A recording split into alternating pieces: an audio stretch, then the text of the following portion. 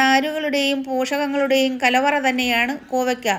ഇതേ രീതിയിലൊന്ന് പാകം ചെയ്ത് നോക്കൂ. കഴിക്കാത്തവർ പോലും കഴിച്ചു പോകും. 15 കോവയ്ക്ക മിക്സിയിലിട്ട് ഒരു പ്രാവശ്യം പൾസ് ചെയ്തെടുത്തതിന് ശേഷം കുറച്ച് ചെറിയ ഉള്ളി, ചിരകിയ തേങ്ങ, പച്ചമുളക്, വെളുത്തുള്ളി, കറിവേപ്പില, അല്പം മഞ്ഞൾപ്പൊടി കൂടി ഇട്ട് ഒരു പ്രാവശ്യം കൂടി പൾസ് ചെയ്ത് വാട്ടിയ വാഴയിലയിൽ പൊതിഞ്ഞ് 4 മിനിറ്റ് നമുക്ക് ആവി വരാനായിട്ട് ആവി പാത്രത്തിൽ വയ്ക്കാം.